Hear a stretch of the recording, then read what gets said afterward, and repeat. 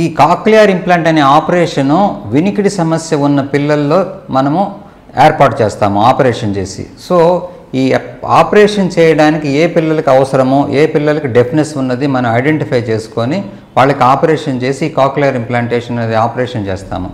So మనము అప్పుడే పుట్టిన పిల్లలు హాస్పిటల్ నుంచి డిశ్చార్జ్ అయ్యేలోపు వాళ్ళకి ఒక చిన్న డయాగ్నోస్టిక్ టెస్ట్ చేస్తామండి. దాన్నే ఓటో ఎకోస్టిక్ ఎమిషన్స్ ఓఏఈ పరీక్ష అంటాము.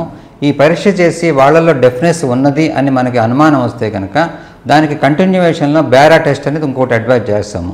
సో ఈ ఓటో ఎకోస్టిక్ ఎమిషన్స్ మరియు బేరా టెస్టుల యొక్క రిజల్ట్స్ని బట్టి ఆ బిడ్డ కనుక వినబడట్లేదు, ఆ బిడ్డకి వినబడట్లేదు, ఆ బేబీకి కంజనరల్ డెఫ్నెస్ ఉందని ఐడెంటిఫై చేసిన తర్వాత ఎంత త్వరగా వాళ్ళకి ఆపరేషన్ చేయించుకోగలిగితే వాళ్ళకి రిజల్ట్స్ అంత బాగా వస్తాయి. సో ముఖ్యంగా వీళ్ళల్లో ఐడెంటిఫై చేయగలిగితే మనము బేబీ యొక్క స్ట్రెంగ్త్ అంటే జనరల్ కండిషన్ బాగుంటే కనుక ఆ బేబీ జనరల్ అనస్థీషియాకి ఫిట్నెస్ బాగుంటే కనుక యాజ్ ఎర్లీ ఆ 6 months నుంచి 9 నెలలు 6 నుంచి 9 నెలల్లో వరుస పిల్లలకు కూడా ఆపరేషన్ చేయొచ్చు.